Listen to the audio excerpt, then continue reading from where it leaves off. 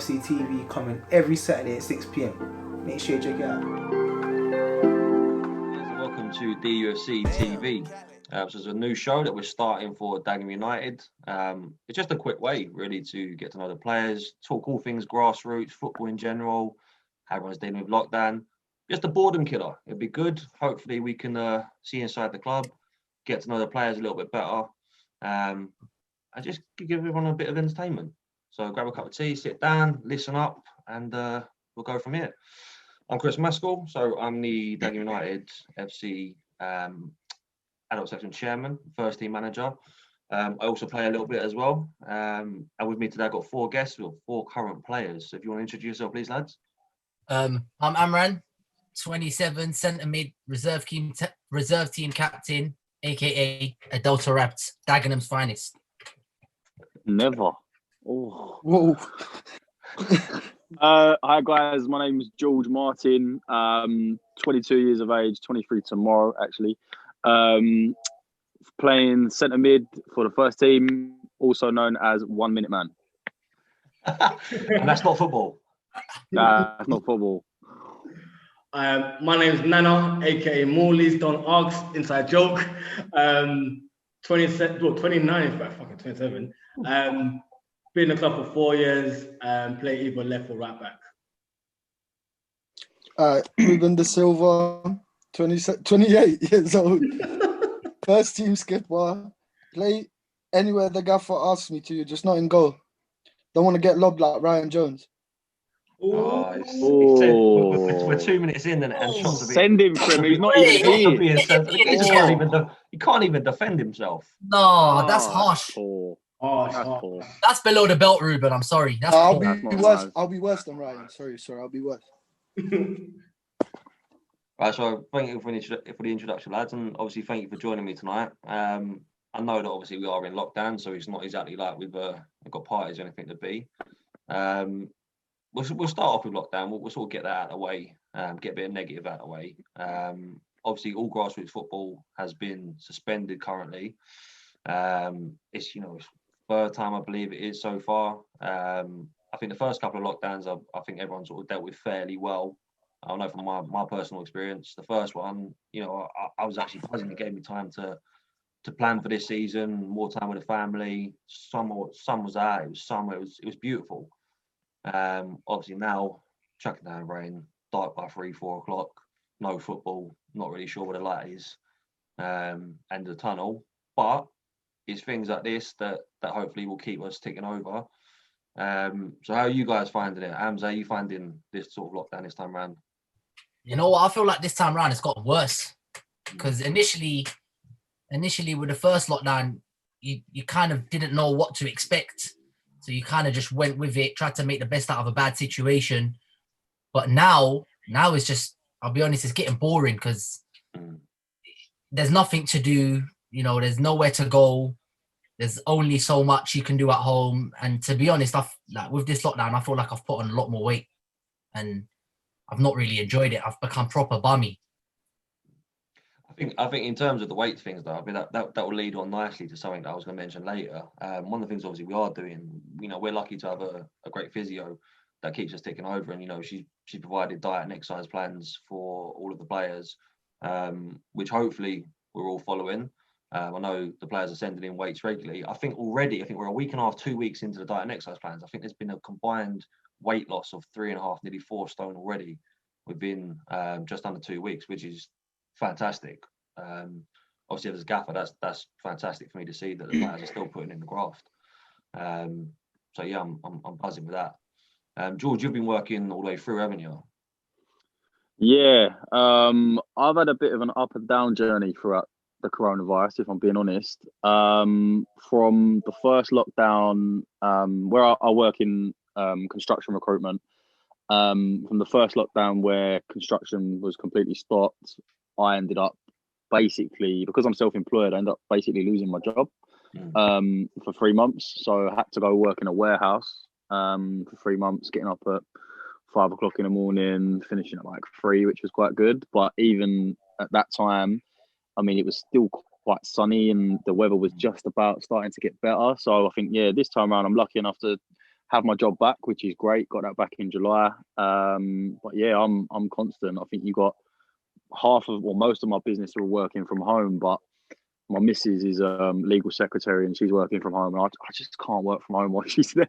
I just can't do it. I can't do it. I think I'm on the phone 24/7, and she's trying to concentrate, and she's getting really getting a right under me. Really, I'm on the phone and she's trying to type stuff up, and then she ends up typing the things that I'm saying without even noticing it. So she gets the arsehole with me, and yeah, it's not good. So I end up having to go in the office at the moment. But yeah, I mean, how are you other guys coping? Obviously, we don't really speak too much about how people actually coping with lockdown. No, how are you coping, mate?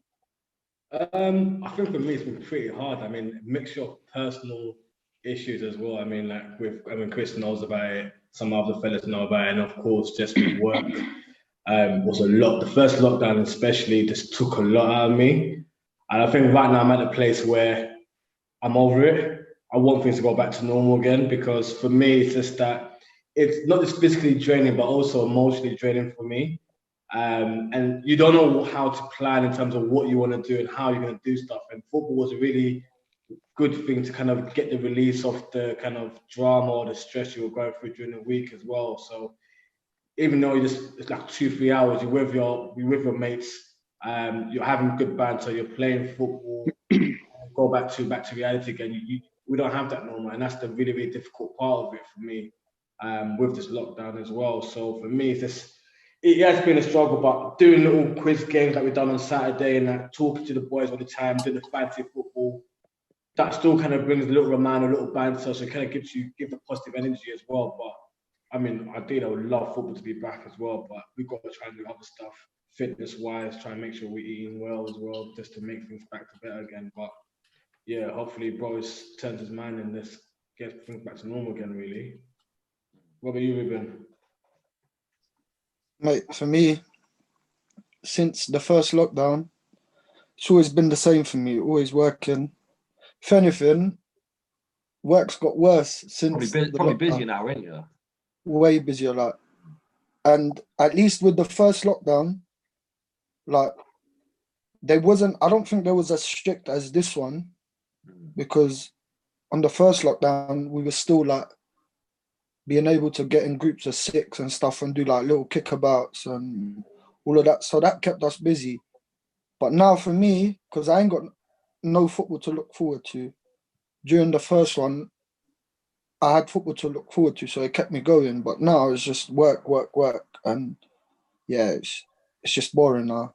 Blokes, we sometimes don't talk about the way that it does affect us. I know me personally, football's the biggest part of my life alongside my family, and obviously having Jamie so involved and things like that. Like you say, Jules, I'm here at home, kids running about left, right, and centre sort of thing, trying to homeschool the kids and still keep football stuff ticking over. You see, like you say, sorting out the quizzes, sorting out the graphics and stuff that I'm doing, even trying to set this up, trying to work from home, doing all that without the physicality of going out and playing football. It is hard, but the positives are that, like you say, we are able to keep ticking over and have these chats. I think we've got a really nice family feel this season, especially. It's something that I've been wanting to build for a while. And I think for me as a gaffer, that's the biggest positive, is that when I hear players say, you know, how they feel supported, and there's lots of players that have lots of individual personal issues that, you know, I've been able to help myself. And likewise, I know if it was needed the other way around, that it's either been reciprocated or would be reciprocated. And I mean, now that someone like yourself, I mean, you say, I think 4 years ago, was it? When I first started manager, I think it was 4 years ago. I think I signed you. It was only a few games into the season, wasn't it? You came from Lakeside or something, wasn't it? Yeah, I came from Lakeside. Yeah, so it's only a few games into the season. So when I came, I think I actually called because there was 2. I called the first team manager, I think. Yeah. To you afterwards. So I came in the 3G pitch and then done training and literally had my first game on a Saturday and man a role as well. And I think that journey's been crazy, because I think probably other than you, I've probably been a long-standing player at the club as well. Just seeing the changes over the years in terms of players coming and going. But when we first had a conversation, when we first met me, it was more of that, this is your vision, this is what you want to do. and now it's now coming to light as well. And it's very hard because when things are not going right, especially them rainy days in Manor Road and that little shed area, oh my goodness. It was bad. It was really bad. I mean that's exactly it though. Like you say, trying to get players to buy into a vision when you're openly saying it's going to be 2-3 years, it's not going to be done by next week. Nowadays, everybody wants something, they want things like that, don't they? They want things tomorrow, the next day, things like that. So it's for me, it's great to have someone like yourself around that can see the journey we've been on. And so the newer lads that have come in this season, yes, that we've raised the bar here, but they're coming in when the bar's there. So they haven't really seen the journey. So it kind of becomes like an expectation that the bar's up there and anything less is then unacceptable for myself, but for everybody else as well. So having someone see whereas, how high we're climbing and, the kits and the sponsors, the cameras now to having the games recorded, to the facilities and things like that it's nice for me to be able to say, well, this player has come with me on this journey. They've trusted in my vision. I mean, you said it yourself as well. I think I played you in about 15 different positions as well. Yeah, I played everywhere other than keeper, really. Literally ultimate utility, man. I think when you came over, you was a right winger, wasn't you? Yeah, I played right wing, then I went left wing, then a bit of striker, centre mid at one point. Yeah, centre mid. I think you partnered me up top in one game as well. Yeah, I did. Yeah. I mean, I think we got stuffed in that game. I won't lie. Oh, God, that's a bad game. I remember sitting there the night before, going, do you know what? Nana's got it. Nana's got it. I reckon Nana up top with me. Nah. Not a striker. Not a striker. Nah, not a striker. Keep me back. You know what? To be fair, I've seen Nana hit some pearlers, like absolute beauties, and I didn't even know he had that in his locker. Do you know what? Nana was really unlucky last season to not get a goal of the season. Sorry, Nana. Sorry. Do you know what? Yeah. I mean, Ruben's goal was fantastic. Sorry. It was class. Ruben's goal was class. Yeah. I swear Ruben was only there for like 6 games as well. He was second game. game. Two. Yeah. Joined last season. I think he played 2 games. But the strike was ridiculous. But you know what? It was so hard on Nana because I think we were playing Debden, wasn't it? I actually saw that free kick. That was disgusting. Yeah, I think it was. Yeah. We played Debden. I think there was a week we basically both had a week off. And Debden are a team that we've always enjoyed like a really sort of friendly rivalry with. We've played them quite a lot. We had them in the old league, and we played quite a few pre-season games. So we played that game. I think we beat them last season, mid sort of season friendly. They beat us at the start of this pre-season. And you know what? I've got a lot of time for Debden. So for me personally, when my son was in hospital, so their gaffer was fantastic. And after that game that we played last year, they done a little whip round. Basically raise a little bit of money to try and sort of help with Bears' medical costs and stuff. And to me, that was really nice. And I think it's that sort of stuff that goes sort of unmissed in football sometimes. Like they're a good bunch of lads, but they're not pals by any means or anything like that. We're not friends or outside of football. It's just that respect on the pitch sort of thing. But I remember going in the change rooms after and sort of saying, what the lads did there. And when they did that, it was a really nice gesture. So I've got a lot of time for teams like that and people like that. It was just it's just always an enjoyable game against them. They always give us tough games. But in that game, yeah, Nana, absolute rocket of a free kick. Because I remember that game. You told us that it was a cup game. Friendly. So then we were losing, I think it was 2-0. So I was thinking, what the hell's going on? We're losing 2-0 and everybody's being complacent. So I thought the first one was a header. I scored a header, didn't it? It kind of hit my shoulder and whatever. So that you scored 2 in that game? 2 in that game. Yeah, Nana was going for hay. I got 2. I went mad that game. I'm like, we need to win right now. So I scored a header, 2-1. Then it was like, I think 3 minutes into the end of the game, referee got Ying and hit it from that. So watch, bang it. You know what? You can hear me on the video. When you're stepping up, I was just like, yeah, go on, Nano. He's right. He's got it. And I'll be honest. I'm like, let's see what we can do. Hit top bins. You could just see me running off, screaming. It's like, Nana, that's all that grease from the Morleys you eat. Come on. Whipped off his boot, mate. The funny thing is, it's stuff like that Nana just said. Is that game, for example, where it was a mid-season game. I think it was around December time, probably, weren't it? Maybe that rough sort of it's rain and it's a bit everyone loses a little bit of motivation sort of thing. So so the lads had asked if it was a cup game because obviously Debden weren't in our league at that point. I don't think they were, or we weren't due to play them. And I didn't say a word. So I just was just like, oh yeah, well, you know, I got game Saturday. So it just made everyone believe it was a cup game. And honestly, the difference when it's things like that between exhibition match or friendly match and then thinking it's a cup game, I wanted to do it to prove the point that when players, you're losing 2-0 or something like that, and you see players heads down and things like that, but all of a sudden you think it's a cup game, you've got that extra 20% in your tank, and you're upping it, and you're upping it, and you're upping it, and you get back in that game, you get a goal, and then another one, and another one, all of a sudden you're winning, you go and winning that game. It's that whole mentality thing for me. And I think someone like myself, I know I was never blessed technically to be a footballer. One of my biggest strengths has always been, you know, my mental strength and things like that. And I think we have to be honest and look at what we've been blessed with. But some people I've seen fantastic ballers, no brain at all, you know, and they've got weak mental strength and they're giving up after, you know, 20 minutes or a couple of goals down. I mean, we had a game this season, didn't we? Forest Green, George, it was your old lot, weren't it? Yeah, I mean, my old lot. How was that game? That was insane, wasn't it? Single-handedly, probably one of my favourite games I've ever played. I don't think I've ever played in a game that, I mean, we dominated them first half, I've got to say. Second half, we let them back into it, but it was one of those games where it was just a very hard-fought win. And I think that we made it a lot harder than we needed to. But, I mean, I think the only goal I'm probably going to score this year, and I ended up scoring against my old team. Yeah, that was a sick goal. Decent little back heel as well.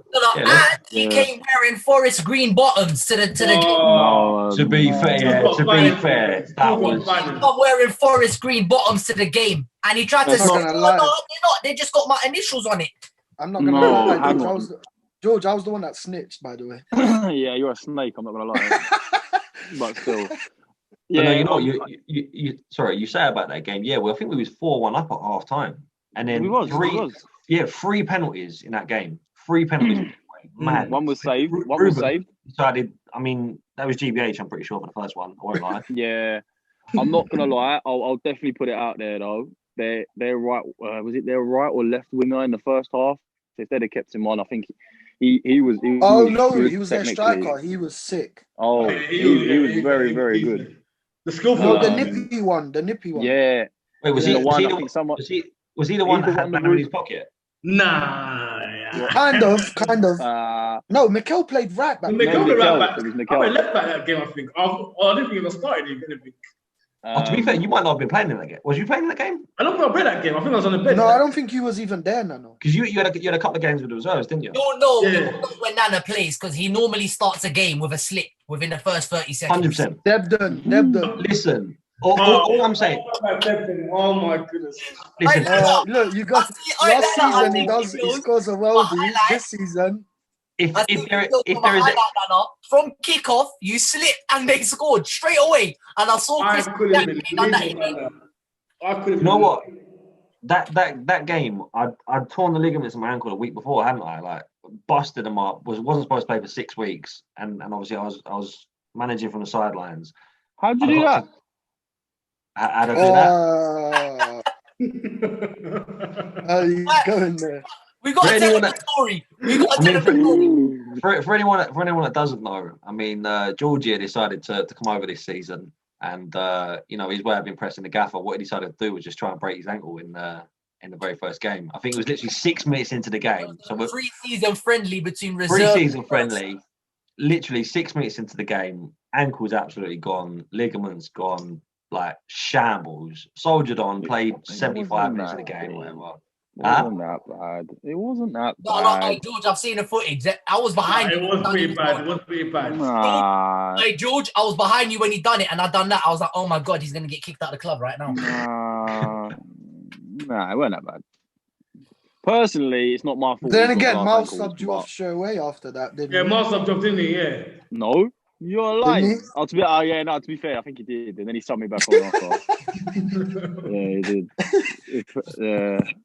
Oh, but do you know what? It's things like that were good though, weren't it? You know, this season especially. So again, for anyone that doesn't know that is watching, obviously we've got 2 teams, 2 adult teams this year. So we've got first and reserve team. So first team is Div 2, the Essex Alliance League, and the reserve team is Division 4 of the Essex Alliance League. Now, obviously, the plan for us is probably the same plan as most clubs. We want to keep climbing the ladder, things like that. Obviously, we're putting on a lot of work behind the scenes to climb, and we're trying to build a team to take us there. We've got some really good players. For me, one of the successes has been sort of having that reserve team that we're able to either filter first team players down to reserve team that need minutes, or equally give minutes to younger players in the reserve team and then filter them up. I mean, I cannot think of another team who can say they've got a 7-year-old goalkeeper starting almost week in, week out. And we've got that with Rob. I mean, our goalkeeper signed at 16 years old last season. I think he was a Palace Academy, I think it was. He came over, said, he'd sort of fallen out of love with being in goal, wanted to play outfield. Started training him to play centre back, left back, I think it was. This season, we managed to convince him to go back in goal. I mean, some of the stuff he's done in goal has been ridiculous. I think everyone can sit there and go, Jesus, this kid's got 10 years on He did about 2 penalties, I think. Say again? Yeah, the first green was safe too. Yeah. I mean, exactly that. And do you know what? He's such a great kid, and I think it's nice for some of us sort of more senior players that we can look and go, this kid's got another 10 years on us. Like, if he can stick around, and we can go to places that we want to go. We've got to keep him for the next 10 years. And it's right. His hairstyle. That's it, basically. He's got a dodgy barnet. We have to say he's got a dodgy barnet. We put together, I think, a bill 20 and said to him, Rob, will pay you to just get rid of that trim. And he was like, you know what? I need to ask my mum. And that's when I said, great kid. But again, do you know what? We're saying that while we're on the subject of keepers, you think, like I said, so many teams are struggling with keepers. We've got to sort of give a shout out to ours as well. We've got reserve. Stefan's really stepped up as well. He was a centre back last season. He played goalkeeper a few years ago and things like that. But the way that he stepped up and sort of taken the gloves and gone for the reserves this season, full credit to him. He's been playing really well by all accounts. And he came in, stepped up at a time that we really needed it. Same with Ryan Jones as well. The way him and Rob are battling for that first team shirt. And do you know what? The way that they both deal with it as well, I can't ask for any more. You get players that are sitting there, they miss a couple of games and they're throwing a strop. I think there's been times where Ryan's been out injured. He's then going to miss the next 4 games, not for injury, but Rob stepped up and he's played really well. And then vice versa, Rob's had an injury and Ryan stepped in. For me, that's all I can ask for as a gaffer is having players have that healthy competition. I think that's absolutely vital. I think that's where a lot of teams struggle is with keepers. I mean, I think last year, for example, how many keepers have we got? I mean, I went in goal a couple of years ago, didn't I? Where we played Tower Hamlets. Yeah, you went in goal a couple of times. Like, we were struggling for keepers literally every week. Yeah. I mean, that was the biggest concern. That do we have a keeper? That was the question. Every Friday, do you have a keeper? Do you have a keeper? Yeah, I think. Hey, I remember the first game I came over, and we had, who was it in goal? Kenny, maybe. Kenny, yeah. Not digging anyone out, but it was crazy how he did not know how to come off his line. I think someone like Kenny, for example, a really good lad. I think it's just, when you haven't been involved in men's football for a long time, like he hadn't, trying to then get thrown into the deep end sort of thing. And that's the thing, it's so easy for players to sit here and go, keeper should have done that, keeper should have done that. But I genuinely believe keeper is one of the hardest positions, equally same as obviously defence. I know I'm a little bit biased, but as a striker, you miss 10 shots, you score 2, you're a hero. You're a defender, you make 10 headers, miss 2, you're the villain. Same as a goalkeeper, you could pull off 5 worldies, you go and miss 1 cat or something like that, and that's the goal that gives the team the lead or things like that. You're under the bus, and that's the hard thing, ain't it? So I just think at this level of football, we got a lot of competition like throughout the team, like especially in the midfield. Our competition is crazy, and it's not even like competition where we're just making up numbers. It's competition where we've got actual ballers that are not playing. They're going reserve team or they're sitting on the bench because we're blessed in so many positions. Yeah, that's exactly it, and that's what I said. It's the nice thing is that someone like yourself and George are sort of 2 prime examples here. Is when obviously I look when you first came over in pre-season, I'm obviously looking at you going, do you know what? Like, they're 2 good players there, but I've got five centre mids, and you think we had 2 massive injuries as well. We lost Philippe De Silva, who was one of our main creative midfielders, got the injury, and we were looking sort of free kicks, for example. I don't think we've scored a single free kick since he's been injured. No. He was just. Because I haven't been on him. That's why. Yeah, there you go. I've not been given it's nuts. There we go. Dead ball, trust me. I'll sub you on just for that, George. Yeah. Roll on, roll off, innit? So might as well. Yeah, roll on, roll off, yeah. Hang on, what do you mean sub me on? What do you mean? What does that even mean? You You want to take the free kick, innit? No, do you know what it is? Sub me back on. It's just been so long that he's been subbed on. He just don't know what it means anymore. I I mean, he does a man. great Lino's job. I mean, I am I'll literally. be honest, yeah. Credit due where credit's due. I've seen George like sit on the bench for game after game after game, and he'll get 10 minutes. He'll get 5 minutes. All right. Bro, and you know what? His attitude, he never ever throws a strop. Like he don't whinge. No, I do. No. Wait, hold up. Can I just settle this little debate? Well, I had this conversation. Look, you've played 11 out of 16 games. Like, Yeah, but when you total up the minutes, it probably adds up to 55 minutes. I don't know about that. Let's be honest. Let's be honest. No, Forest Green, you played almost the whole game. Yeah. Royal Hang Forest, on. Yeah, let's clear that up as well. Royal Forest, you started. lockdown, you was gonna start right wing. Before the lockdown, you was gonna start right wing. To be fair, last game you were starting. Yeah. So this no, but you know what? Amzad sort of hit a nail on the head there. And that's the thing that I like is that there's always going to be bad apples and stuff at clubs, and essentially it's weeding them out. And you know what? As we've got a fantastic family feel here, we really do. But unfortunately, we have had a couple of people over the years, and even at the start of the season, you do get a couple of bad apples that come across one way, and then sort of you can see the tire turning sort of thing, and then it's time to go. And we've been lucky now to just go, see you later. We've got an XYZ player who are ready to graft, and George is one of those players. Like for me, the fact that we can sit there and have those conversations and say, do you know what, you haven't started because of this reason, you haven't started for this reason, or when you have started, you've done really well. I think there was the Royal Forest game, there was the Forest Green game. I think they were just after each other or something like that, weren't they? They weren't. Oh yeah, Royal Forest, he played the whole game as well. That's what I mean. You stepped in, you were absolutely superb. And it's just that absolute headache for me. I've got that positive headache. I'm sitting there, I must change a team 6 or 7 times, like easily, and they're the sort of decisions that I think sometimes people don't realise is that when you do, especially when you've got emotional connections to the players as well. You know, when you really like the people and you see them as pals and stuff like that, that's where it's difficult to sort of separate the emotion sometimes. You don't want to sort of get trapped into sort of playing players because you like them rather than because they're necessarily doing the best thing. Well, it's a good thing though, Chris, because you think about that, especially when I started 4 years ago, you didn't have that luxury to say, oh, this person. We literally had a bare 11, and them 11 people will literally carry 4 people. Now, if someone's not pulling their weight, they're coming off the pitch straight away. Yeah. Even last season, we had like a bare 11 sometimes, and Ruben, you came in as well. I came on my. That's what I was about to say. That last season when I came over, like Chris, you didn't even know me, and you started me just based on Mikel's word because you had no one else. You did.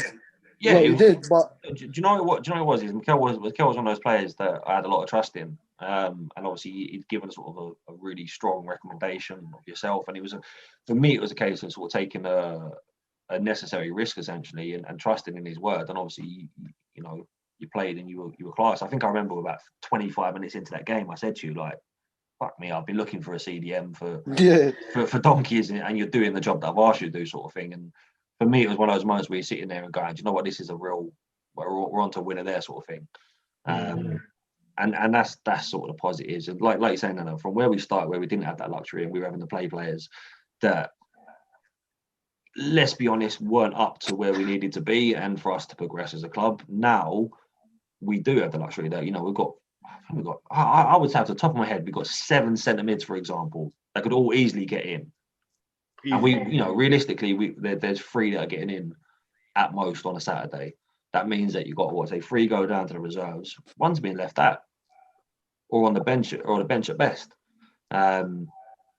It just, like you say, it shows the strength of depth. And it shows the pool that we've got as a club as well now. And that's one of the things I wanted to ask for you guys is, what is it that attracted you to the club? I know obviously Nana, you've been here for a while, so we've progressed a lot more. Ruben, like you say, you were sort of through Mikel really, but George and Ams especially, sort of, what was it that attracted yourselves to Dagenham, and and how are you finding it basically? For me, so when I moved up to Essex, I never played adults football or 11-a-side for a solid like 2 years, 18 months. And I always wanted to find a team in Essex when I was settled. I wanted to play. But I didn't think it was going to happen. I was getting older. I was just like, you know what? I can't be bothered anymore. And then through a mutual friend that you and I have, I got lucky to come down and have a training sesh, which, to be honest, I nearly blew at the first opportunity because I done a bit of a no-show on my invite. But luckily, I got given a lucky boy, man. You're a lucky boy. Yeah. Luckily, I got given a second chance, and I came in, and to be fair, I felt like the direction the club was going in, and I know you get a lot of people that talk about where the club's going and that, but with this one, I actually sensed that we were going places, and I can see from the setup that you had. I remember the first training session, and you was running it by yourself. At the time, you had no coaches, you had no help. It was just you and Jamie. And I'm seeing the drills that you're putting in, and you're controlling that section and this section, and you're getting us to do this drill. And initially, I was like, I don't understand why we're doing these things, but I didn't realize that you was pairing certain people up and doing certain things to see like the adaptability that we're going to have as a team. Because ultimately, you can have 15, 16 ballers in a team, but if they don't work, you're not going anywhere. It's just not going to work whatsoever when you've got a bunch of egos. And I didn't sense that. Like I just felt like the way we were going from the get-go, I felt at home from early on. Like there was a good vibe, there was a good banter, like there was like a lot of diversity within the team. And I kind of felt like I just slotted right in. Yeah, no, I think you're exactly right in what you said as well. That's one of the things that sometimes people don't realise is that when we was doing the session, especially pre-season, I would do little things like where I pair up little groups of say 5 or 6 and, you know, give them certain kind of bibs and things like that. It would all mean something to me in my head, whether I was looking at them as a trialist, reserve player, first team player. But within those groups, I was then pairing certain players to see what their personalities were going to be like, because you bang on there is that you can have absolute ballers, and you see it in teams where they've got teams that may be technically better than some other teams within the league, but you can see that they're a shambles. They're a bunch of individuals sort of thing. And I think that's the thing you want to try and avoid. You ain't going to win anything like that. You're just not. And not only that, you're not really going to enjoy it, because you're turning up each week and you've got that sort of thing like, oh, he's going to do his own thing and he's going to do his own thing. I think the good thing we've got here is that everyone bounces off each other. So we know if he's having a bad day, what we're going to do to help him out. We know if he's doing well, we know. And it's that man management, not only as a manager, but as the players as well. I think we've all started to learn, where we've had that regular team going there, we're starting to learn how each other plays and things like that. And George, yourself as well, coming in, obviously you came in a little bit later into pre-season, didn't you? So we'd already had, I mean, the numbers we were having were, I think I had to work through 180 players, I think it was, to get it down to, I think 55, I think I signed.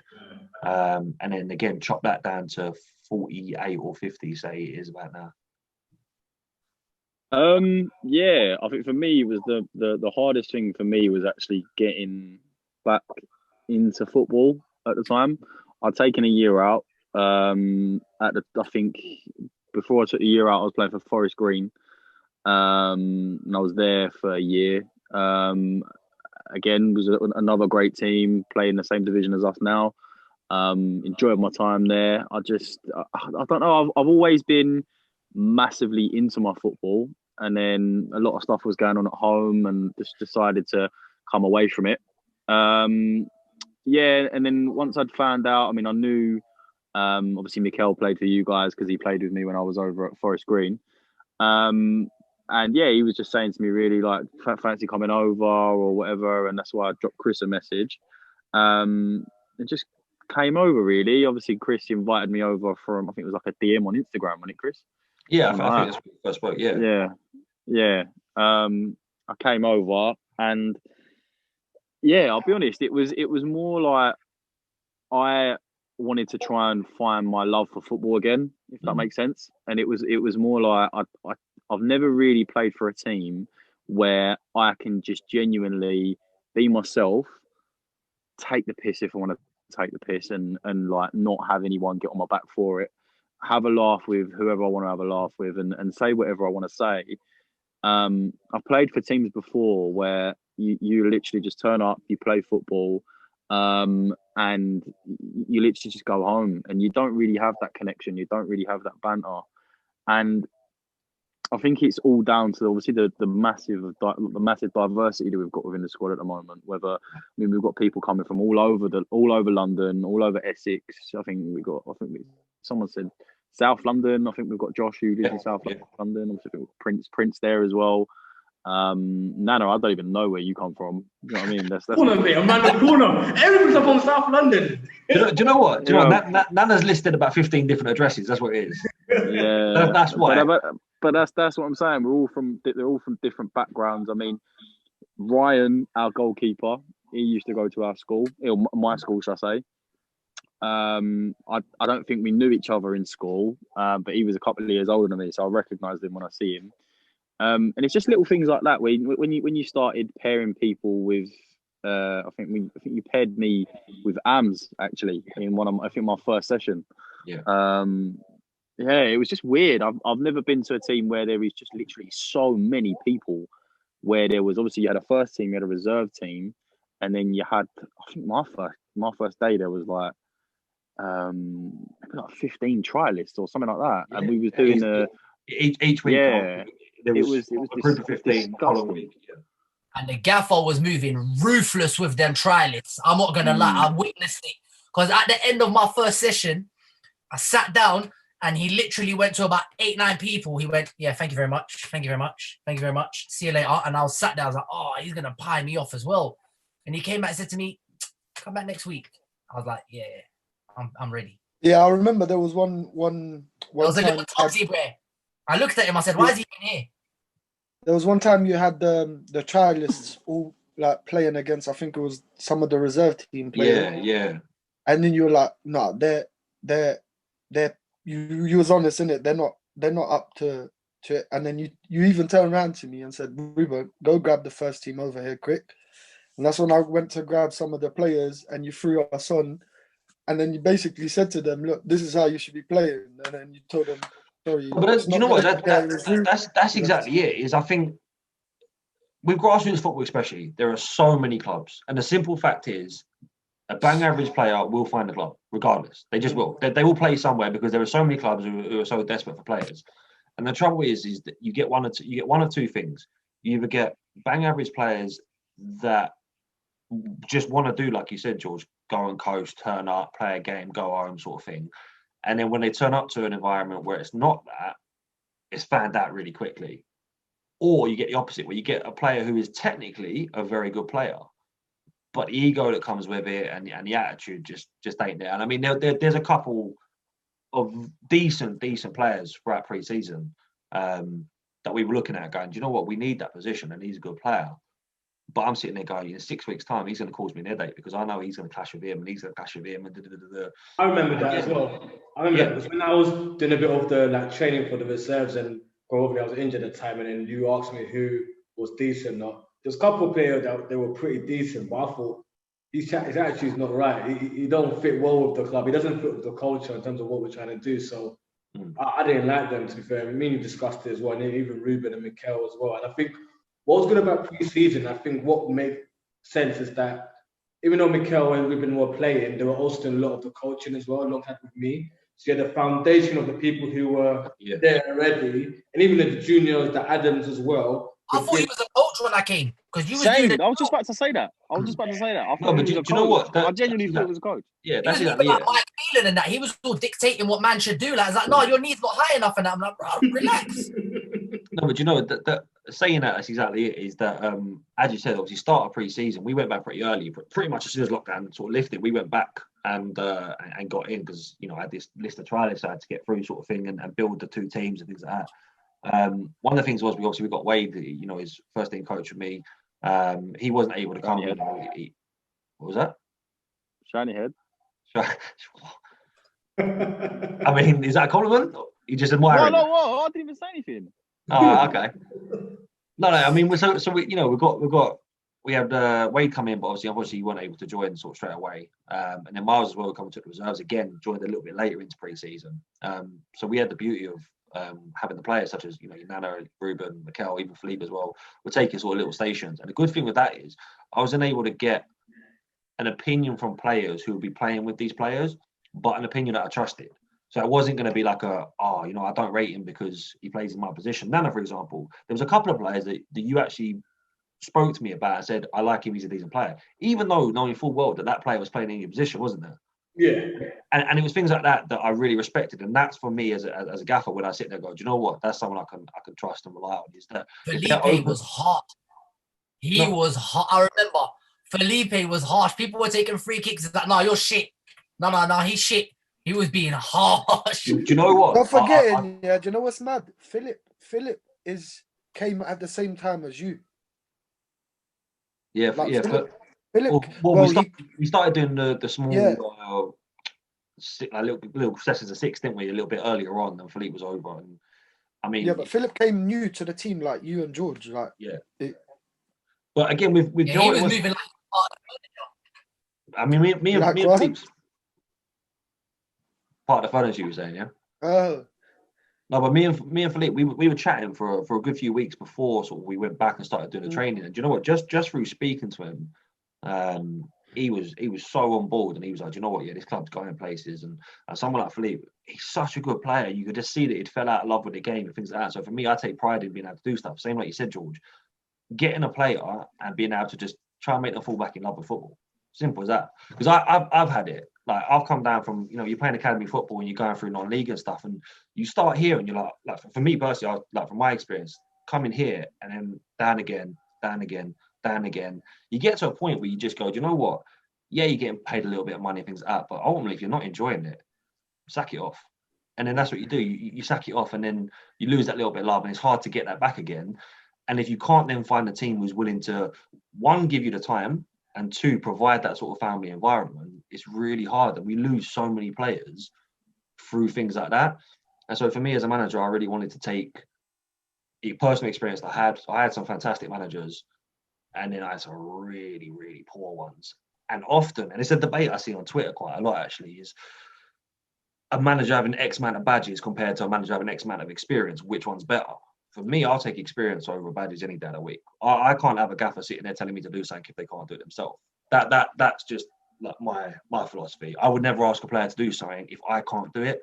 The simple fact is, if I say to a gaffer, can you show me, and they can't do it, yes, there are managers out there that, of course, have the knowledge, but not necessarily the technical ability. But for me, that's how I sort of learned, and that's how I try and put it across the players. And you've all seen that, haven't you? Is that I'm not going to ask you to go and do this if I physically can't do it. Yeah.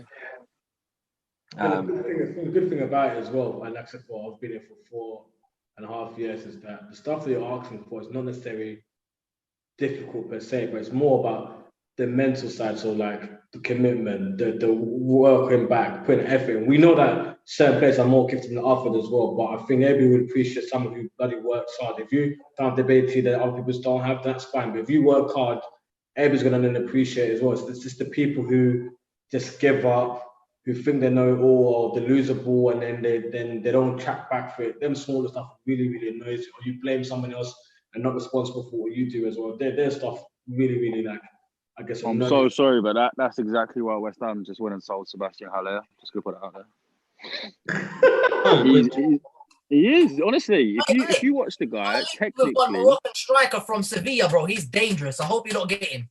I see him. Do you know what? Saying that, actually, you mentioned Haller there, and it kind of comes back even to in grassroots football. And we had it with a couple of players, didn't we? Is that some players will come over and they were expecting the team to change for them. So if they played in a certain way, they would expect the team to change for them. And when they're 2-3 pre-season games in and they realise, well, hold up, actually, if I don't start doing what the gaffer does, I'm gone. And that was the problem, like I keep saying about with grassroots. We've got so many clubs and so few players normally, they will find a club like that. They'll go to another club. It's not a problem, wish them the best of luck, things like that.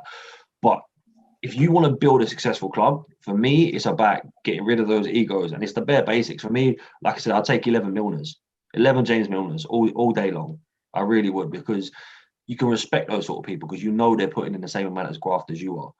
You need a little bit of flair, but equally, it's no good being 1 in every 10 games. We've had it. Let's use Rodney for example. Ruben especially, fantastic player, right? Outrageous some of the stuff he could do. Scored a goal of the season contender against Forest Green.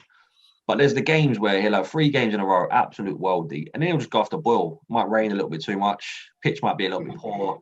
2 games he's gone hiding. I'm looking for him in the kit bag. I don't know where he's gone. Drop him for, you know what I mean? It's true though. Let's have it right. Drop him for a couple of games. Came back, he scored 5 goals in the next 2 games. And for me, again, I take it as a positive with good man management.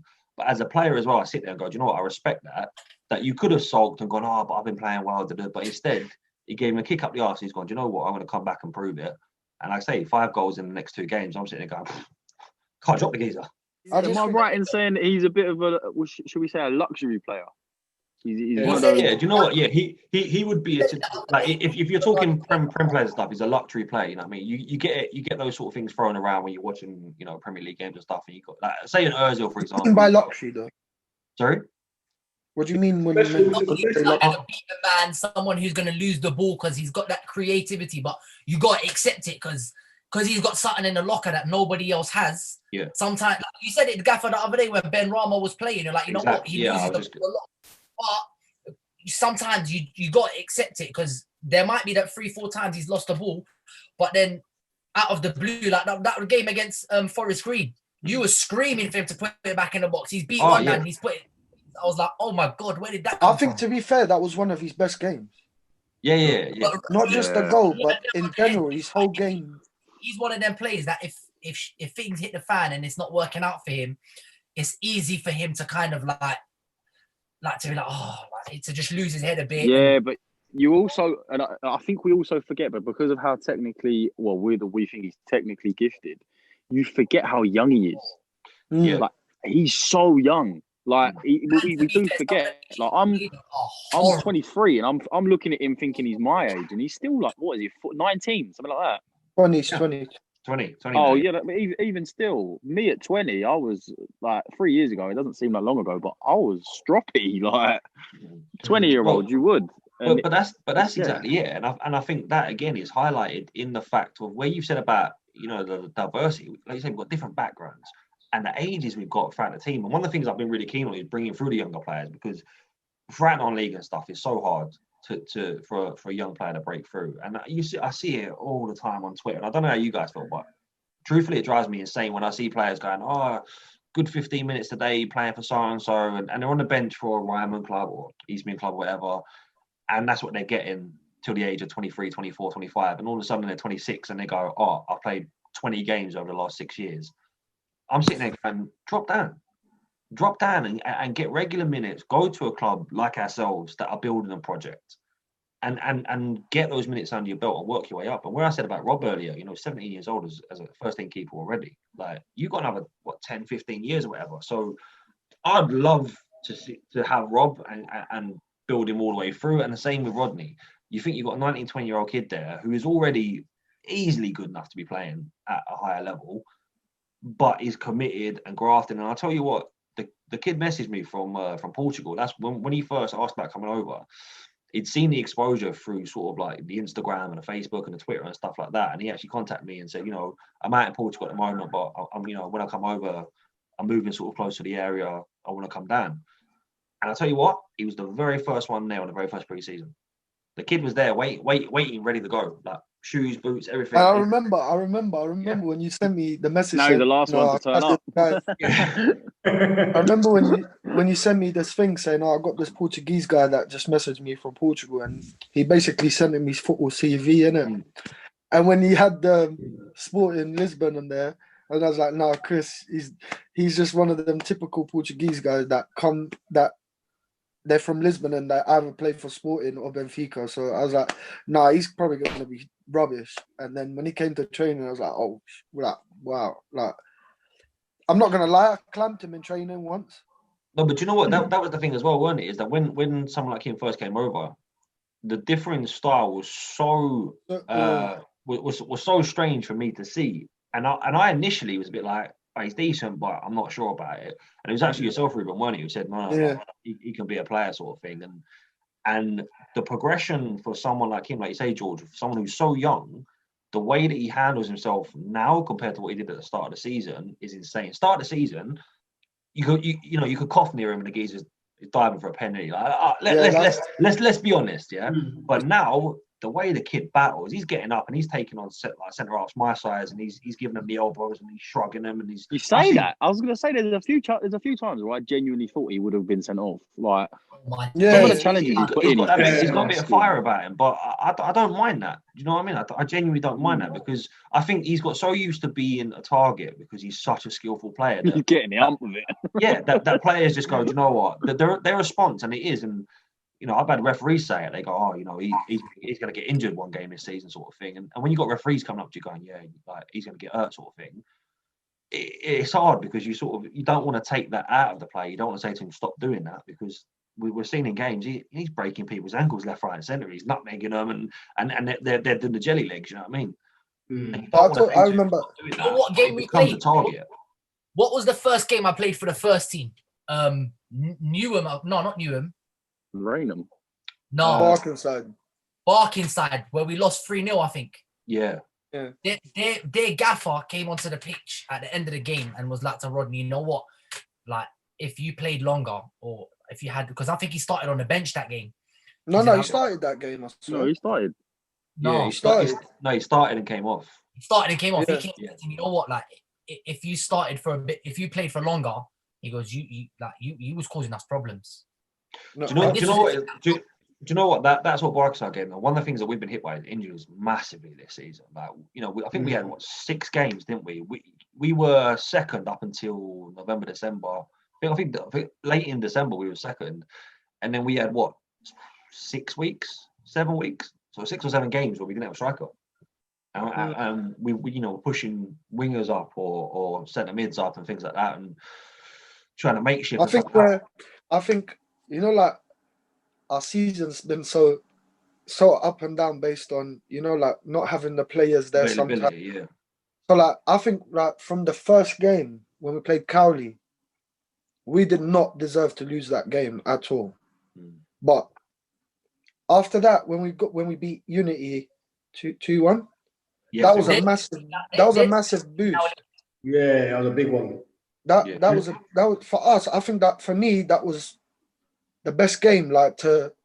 It showed our, I don't know, like the way we battled for each other. Because I'm not gonna lie, in the second half, the second half they gave us we grinded the result. Yeah, I was surprised to see Unity struggling at the start of the season, because like I've still said it that I think they were probably one of our toughest games that we've had this season. Yeah, I think they were. I think, to be fair, they gave us the biggest game. They gave us the best game this season. That was the first game I actually saw the determination and the grit that we had as a team.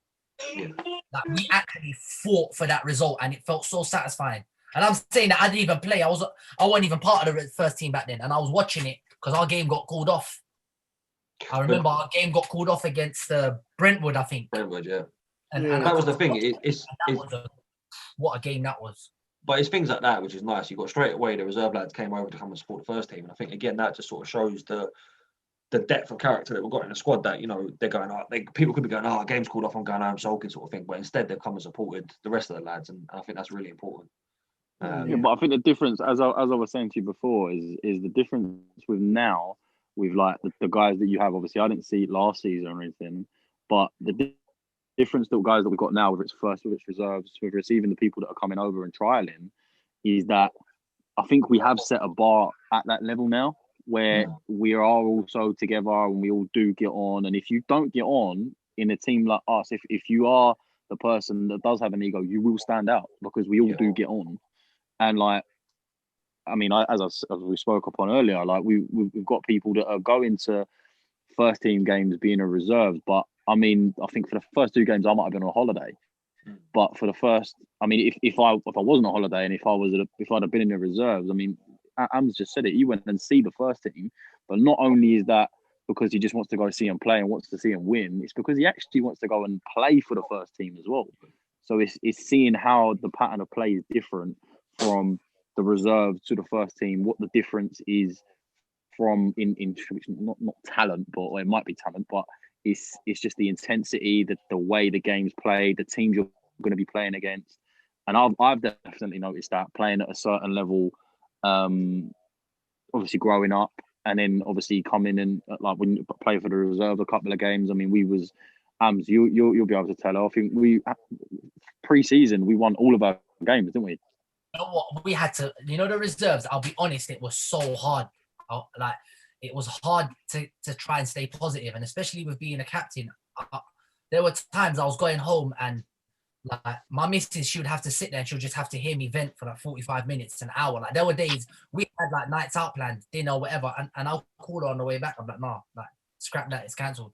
Because the way like we had such a great pre-season, we never lost a game, and then we started the season with a 2-2 draw that we conceded in the 93rd minute. I remember last minute, and then from there, I think we lost like 4 games on the bounce, and it was like, it just felt like a result was not coming, like, and it was hard. Like it was hard, and eventually, I remember the first game we won, the first team won as well. We were both at home. Yeah, that was mad. I mean, that was good. That was beautiful, wasn't it? You know what? You see that moment for me there. Everything, all those. That was the first Green game. Yeah, that was our. Yeah. That was Forest Green for you lot, but for us, we had. Who's the only team you beat? We had that team, Gaffer. We had their striker come and join us for a few games. Together. Together United. That was the only team we beat. And you know what? That's probably the most difficult team in our league.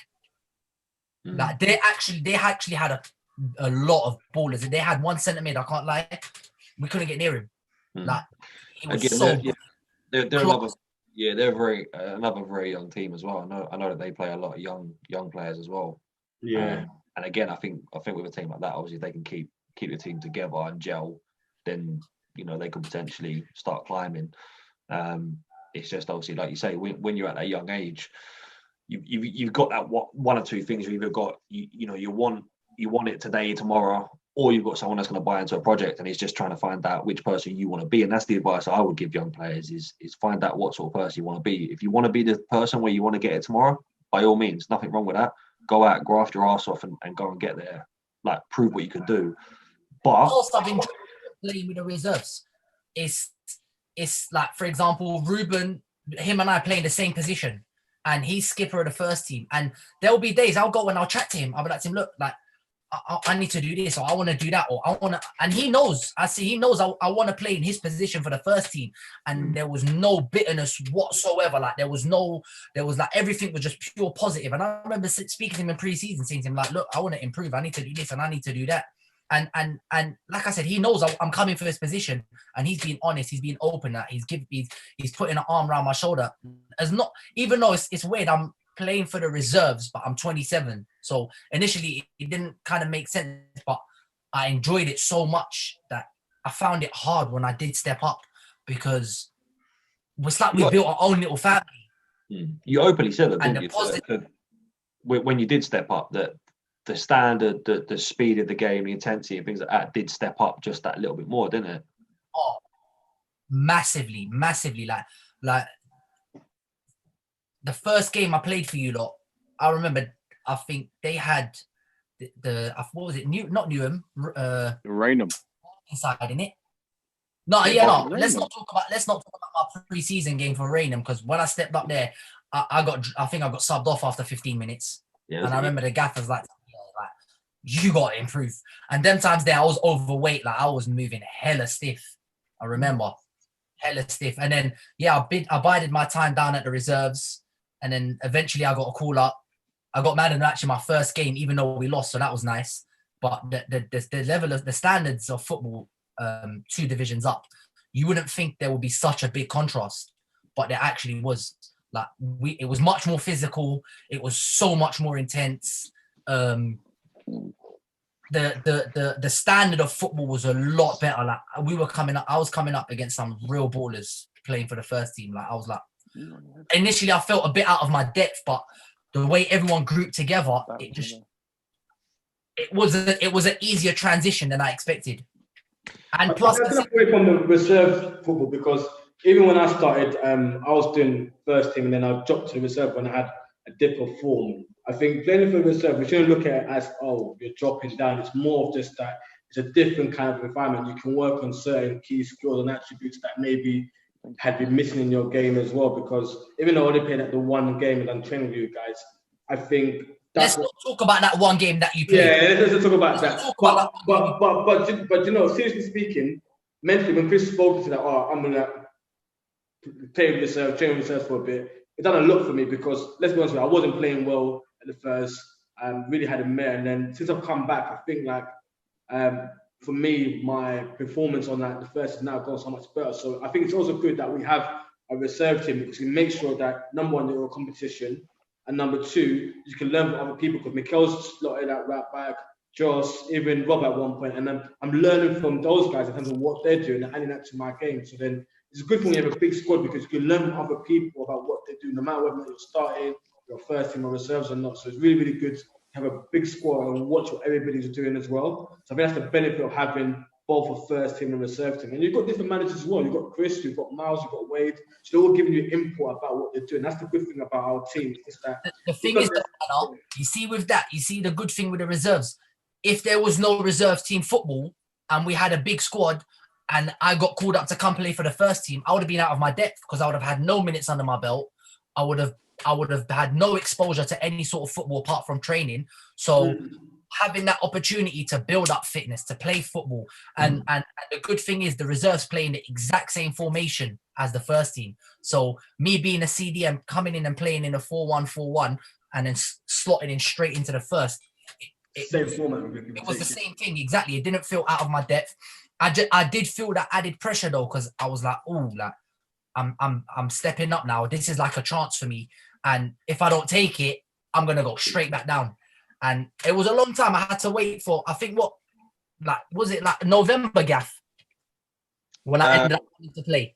I think probably push in December if December. So I played reserve team football for 3 solid months, but I didn't see it as a downside. It just meant I got hella more. I played 90 minutes every single game for the reserves, bar one game when I got injured. I had to come off. And even then I played 60 minutes. So I had more exposure playing in that 3 months than I had probably for like the last 2 years before that. So it allowed me to get back to where I needed to get to.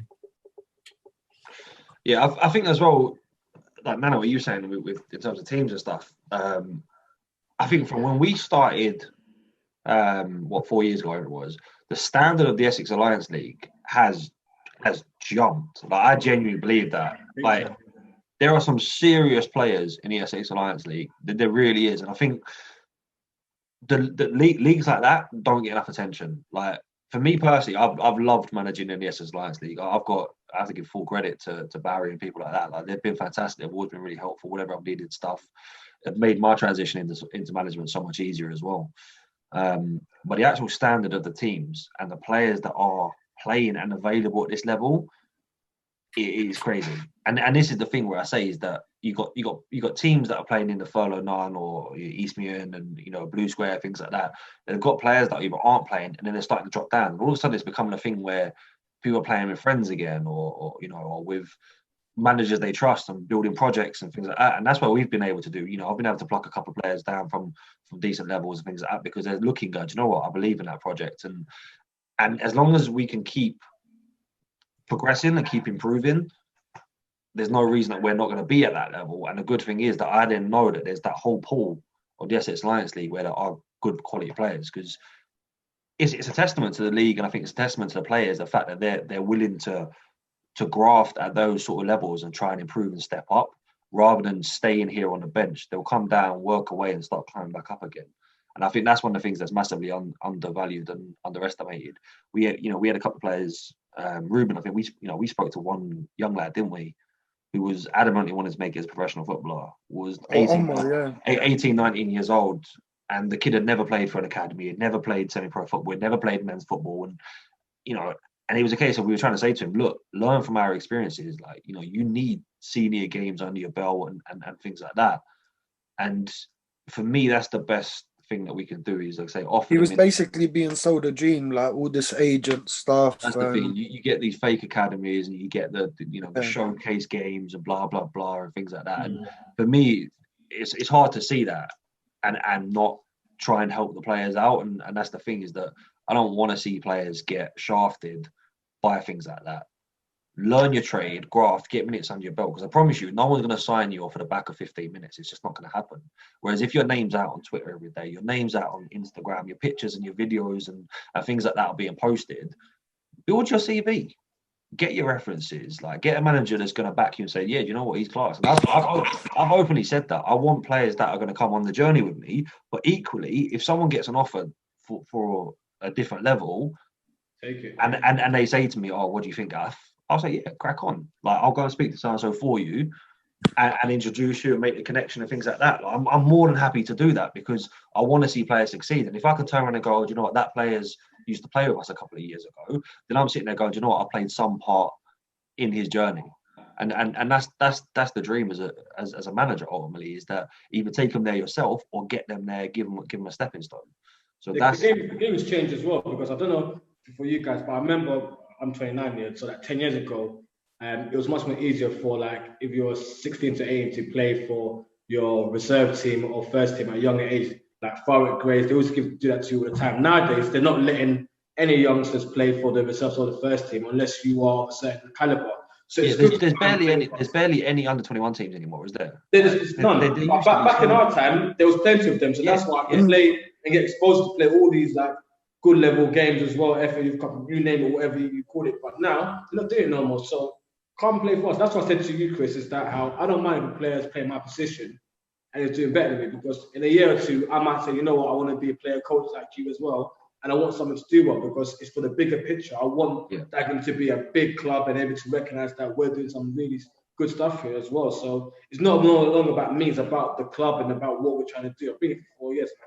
I'm not going to go nowhere else, am I? So for me, But do you know what?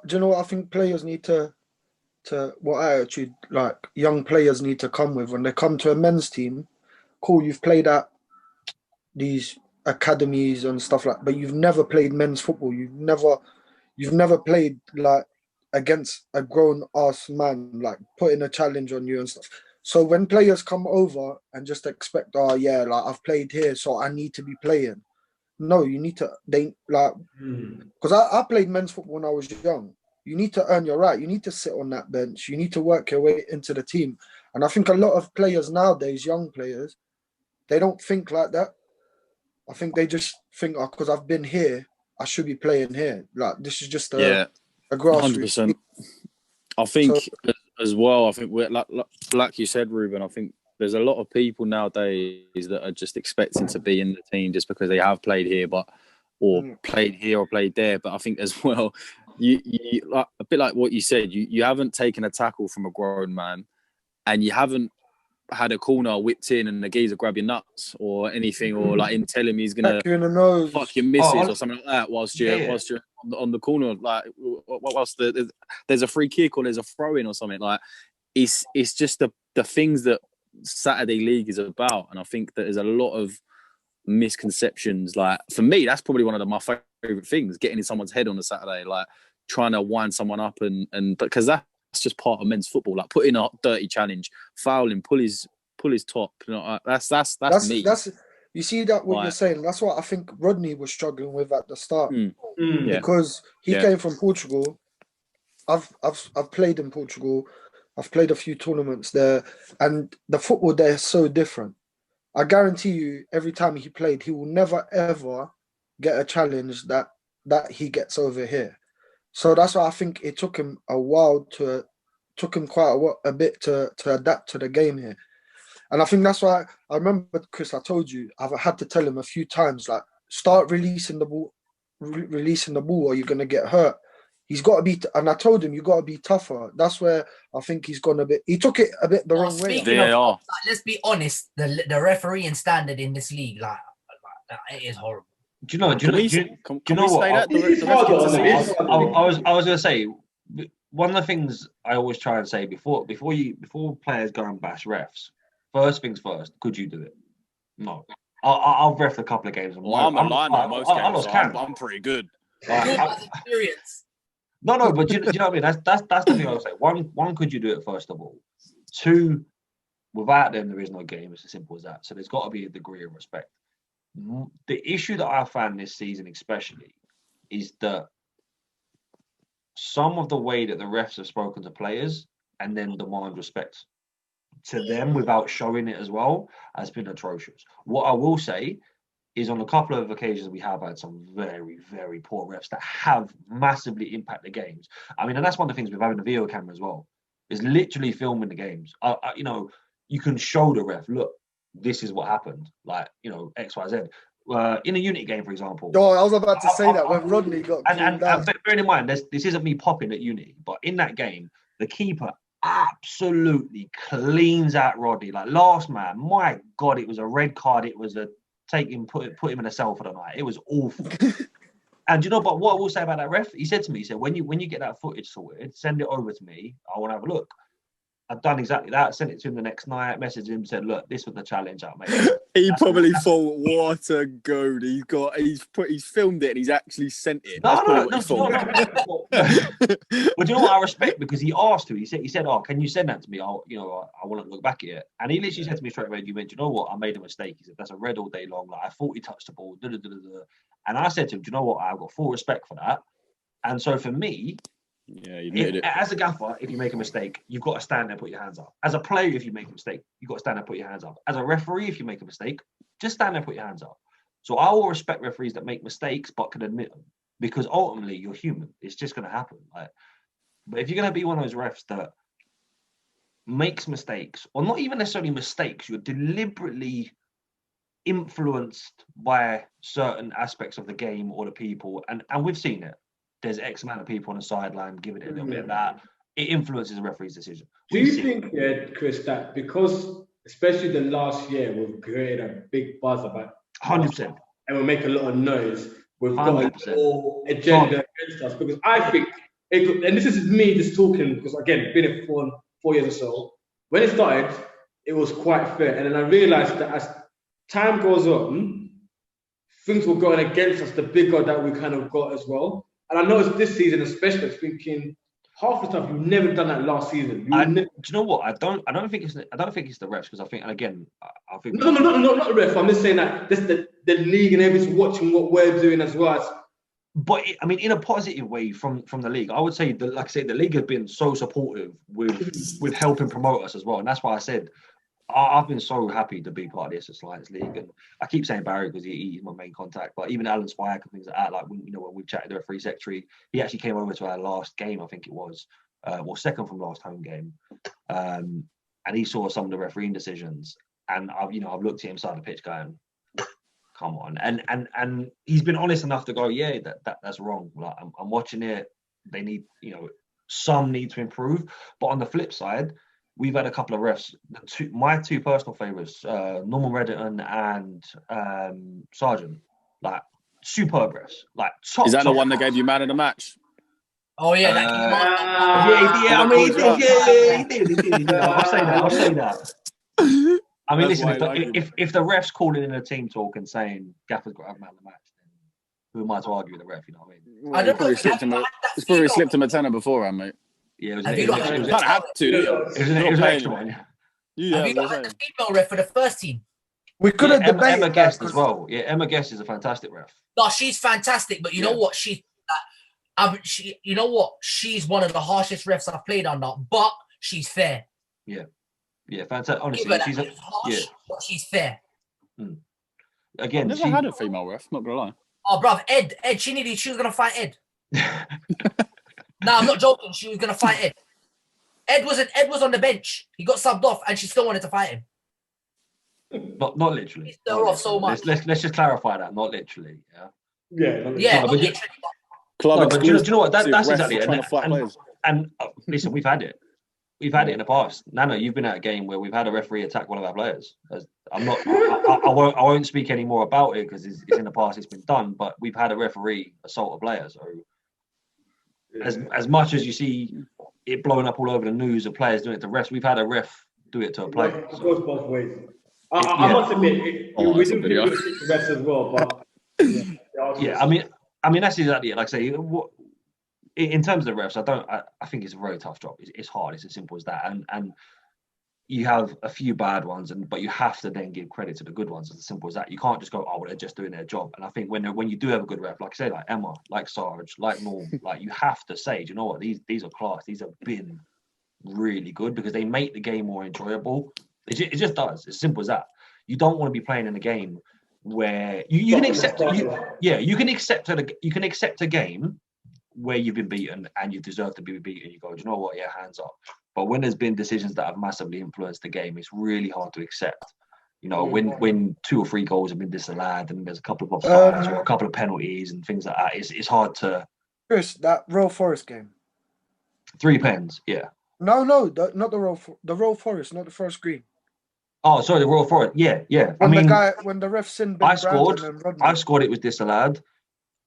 Brandon sinned it. Yeah, I mean, Brandon scored. He was disallowed. Oh, is that what I had a bar? Was it that game? That's Yeah. the one where he gave a yellow and a yeah. It was where I had to explain the way the sin bin rules work because he tried to book the player for a tackle, and then it was a whole. But like I say again, Alan Spike, league referee secretary, fantastic response. I can't ask for any more. Hey, George, I beg you, put that away. Yeah, put that away. George, mate, it ain't that kind of show, mate. It ain't that kind of podcast. Yeah, put that away, mate. Put that away. What do you mean? Let's just put his number in link along here, yeah. Put his number below. Give him a call. Lockdown hitting hard. Get the phone and do that. Oh, where's my? It's not my phone. Lockdown's hitting hard. All right, Chris, going off refs, yeah. How good was Bernardo's? Good of a signing Bernardo was. Sorry, I just had to say it. Oh, super. Do you know what? It's because he's Portuguese. No, Here we go. No. Do you know what? It's because like his and Chris's partnership until now, mate, solid. You feel comfortable with them two back there now. It's just like, and with Adam and Nana stepping up now as well. Like the last 2 games that we played with that back 4, I felt comfortable. Step up. I'm not gonna lie. I don't think he's been getting the credit he deserves. Like it's gone under. Nana stepped up a lot. Adam stepped up, and you know what? He's done well. He's done really well. Do you know what? Again, someone like Adam has been one of those sort of success stories for myself in terms of when he came over, he kind of was one of those players that, you know, he had that little bit ego. He's playing left wing, I think it was. We started he thought he was a little bit better than where he was, and it was a case of having to kind of bring him down to earth and sort of say, look, you're here, you need to get to here, and he grafted. And I think, you know, I dropped him for 4 or 5 games in a row. Like he barely got any minutes. Could have sulked, could have walked off. But he said, what do I need to do, Gaff? Like, tell me what I need to do. And fair play to the geezer. He grafted, changed position. I shuffled him to left back. I think he finished off playing every game towards the end of last season. This season, I said to him, go and smash it with the reserves. Because again, the geezer's only 21, 20, I think he is. He's only a young lad. You look about 45.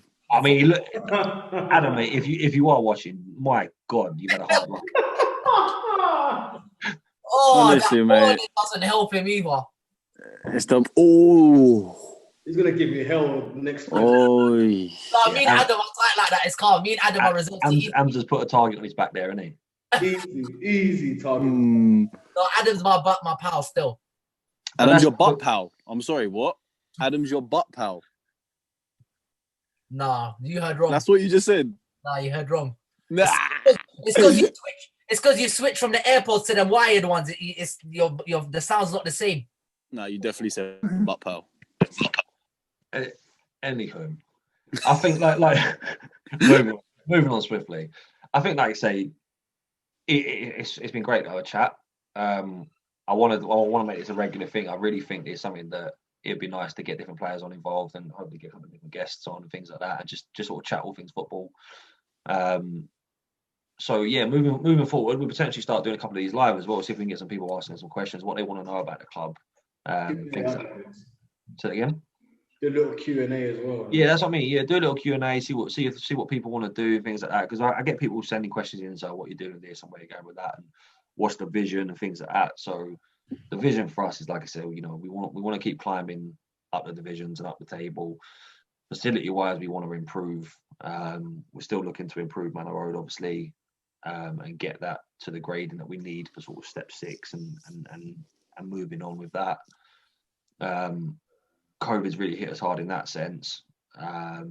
It's delayed a lot of things, but the stuff that we've got going on behind the scenes, I would say we've been lucky this season. I mean, like, we've got a couple of fantastic sponsors. You know, we've had Windsor Security sponsored us at the very start of the season. We've had KDT Skips as well. We'll give them a little shout out. You know, they jumped on board right here. So we've got to really say, do you know what? Where times have been hard for a lot of businesses and stuff, we've got to thank them and say, you know, coming on board and supporting the project and coming along with us, fantastic. So you can see all their stuff on our page as well if you do want to give them a shout. But yeah, support the people that support you. It's as simple as that. So yeah, hopefully everybody enjoyed tonight, and we'll make this a regular thing. Nana, because obviously every time you talk, the screen becomes big. Can you just clarify that you're not on B wing? Because like you got a great top on, you got a trim. I mean, to be fair. I'm not lying. He looks like he's in B wing isolation. Especially with a trim like that as well. That trim like that is disgusting as well. I need to get my trim. I know I need to get my trim.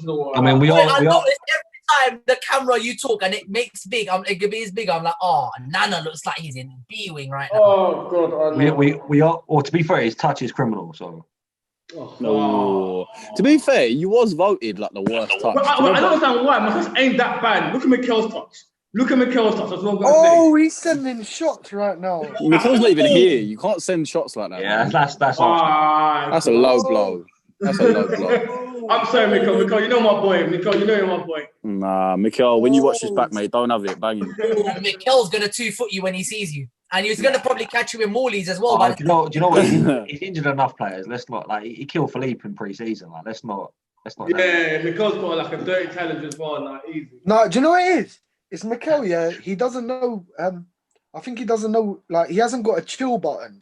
You know, like, you're training, bro. Go easy. Don't hurt no one. He hasn't got that.